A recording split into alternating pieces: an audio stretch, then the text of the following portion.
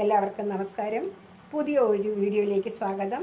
ഇന്നൊരു മസാല വടയാണ്, 4 മണി പലഹാരമാണ് നമ്മളുടെ വീഡിയോ. അത് എങ്ങനെയാണെന്ന് പറഞ്ഞു തരാം, വരും.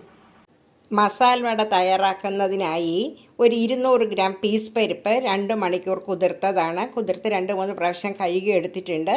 അതിൽ നിന്നൊരല്പം മാറ്റി നമുക്ക് വയ്ക്കാം. കഴുകിയെടുത്തതിൽ നിന്ന് ഇനി ഒരു 5 ഗ്രാം ഇഞ്ചിയും ഒരു 5 വറ്റൽമുളകും പാകത്തിന് ഉപ്പും ചേർത്ത് നമുക്ക് നന്നായി ഒന്ന് അരച്ചെടുക്കാം.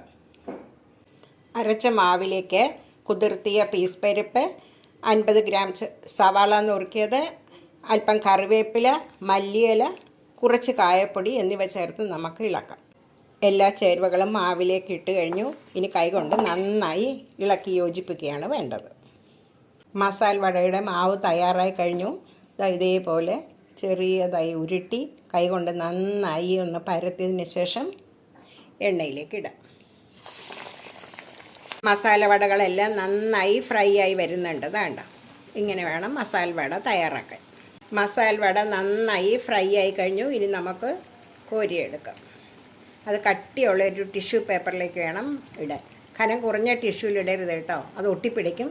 നല്ല കട്ടിയുള്ള ഒരു ടിഷ്യൂ പേപ്പറിലേക്ക് വടകൾ ഇട്ട് കൊടുക്കുക.